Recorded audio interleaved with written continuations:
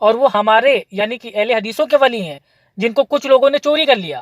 کیونکہ ان کے فرقے میں تو کوئی ولی پیدا نہیں ہوا، تو انہوں نے ہمارے ولی کو چوری کر لیا جو ایکچوئل میں اللہ سبحانہ تعالیٰ کے ولی ہیں، کیونکہ ہمارے ولی ہیں، ہم اپنے ولی کی باتوں پہ عمل کرتے ہیں، بہانے نہیں بناتے۔ اور کیا کوئی بدعتی یا کوئی حنفی مقلد کیا یہ دعویٰ ٹھوک سکتا ہے کہ شیخ عبد القادر جیلانی رحمۃ اللہ علیہ نماز میں اس لیے رفع الدین کرتے تھے کہ وہ اپنی وہ بغلوں میں مورتیاں لے کے جاتے تھے، بتوں کو چھپا کے جاتے تھے؟ معاذ اللہ ثم معاذ اللہ، ہے کسی کی اتنی ہمت؟ تو لگائے فتویٰ شیخ عبد القادر جیلانی رحمۃ اللہ علیہ پہ؟ نہیں۔ اگر اہل سنت اہل حدیث اس لیے رفع الدین کرے گا کیونکہ اللہ کے نبی صلی اللہ علیہ وسلم کرتے تھے، تمام صحابہ کرتے تھے، تو ہم سے کہتے ہیں وہ تو بغلوں میں بت اپنے رکھ کے لاتے تھے، اور اب غوث پاک اور غوث اعظم سے جب یہ عمل ثابت ہو گیا تو کیا وہ یہ کہیں گے کہ ہمارے غوث پاک بھی بغلوں میں وہ مورتیوں کو بتوں کو چھپا کے لاتے تھے اس لیے معاذ اللہ رفع الدین کرتے تھے؟ توبہ توبہ، استغفر اللہ۔ اور جو لوگ یہ کہتے ہیں نہیں رفع الدین پہلے ہوتا تھا بعد میں منسوخ ہو گیا، تو اللہ اکبر،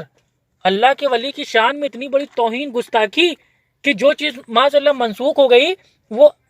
آج کے جاہلوں کو پتہ چل گیا، اور اللہ سبحانہ تعالیٰ کے ولی پیروں کے پیر ان کو نہیں پتہ چلا کہ نماز میں رفع الدین کرنا منسوخ ہو گیا ہے۔ بہت بڑی شان میں توہین، اللہ اکبر۔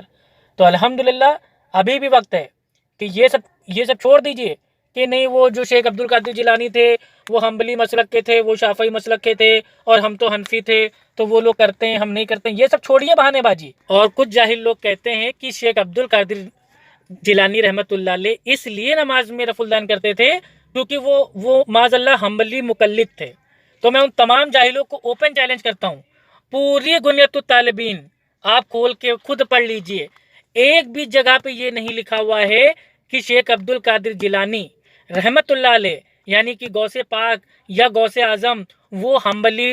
یا شافعی مقلد تھے، کہیں نہیں موجود ہے۔ پوری کتاب میرے پاس ہے، اور الحمدللہ پوری کتاب میں نے ایک بار نہیں کم سے کم 5-6 بار پڑھی ہے۔ اس کتاب میں کہیں موجود نہیں ہے کہ شیخ عبد القادر جیلانی وہ شافعی مقلد تھے یا حنبلی مقلد تھے اس لیے نماز میں رفع الدین کرتے تھے، نہیں، بلکہ اللہ کے ولی تھے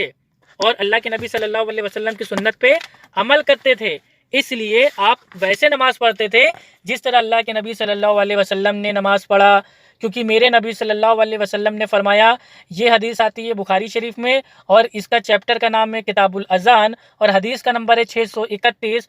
اللہ کے نبی صلی اللہ علیہ وسلم فرماتے ہیں، سلو کما رأیتمونی اصلی، اس طرح نماز پڑھو جس طرح مجھے پڑھتے ہوئے دیکھتے ہو۔ تو الحمدللہ صحابہ نے دیکھ کے بیان کر دیا، اور 200 سے زیادہ صحیح حدیثیں موجود ہیں نماز میں رفع الدین کرنے کی، اور اس دنیا میں ایک بھی صحیح حدیث موجود نہیں ہے جس سے یہ ثابت ہوتا ہو کہ نماز میں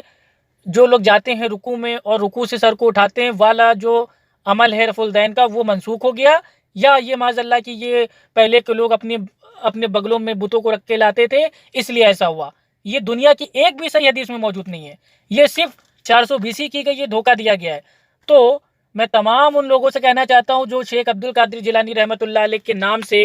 11ویں شریف کرتے ہیں، 11ویں کی بھائی وہ نیاز کرتے ہیں، فاتحہ کرتے ہیں،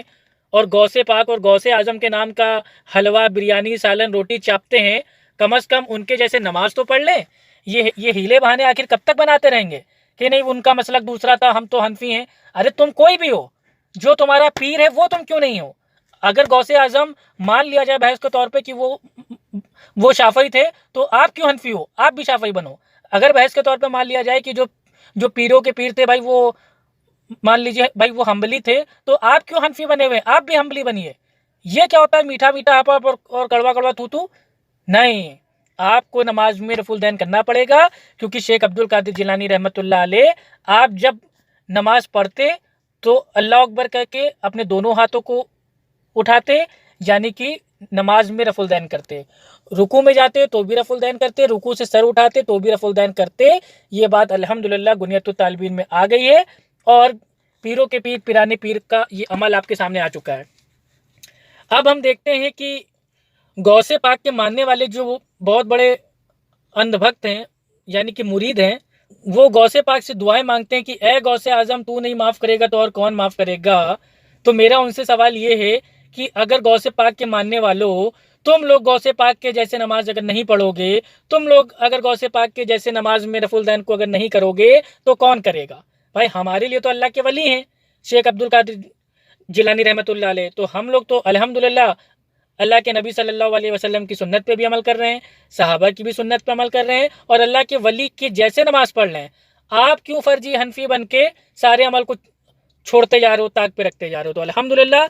واضح ثابت ہو گیا، بالکل صحیح طور سے ثابت ہو گیا، بالکل صاف ثابت ہو گیا کہ شیخ عبد القادر جیلانی رحمۃ اللہ علیہ وہ نماز کیسے پڑھتے تھے، اور نماز میں الحمدللہ رفع الدین کرتے تھے،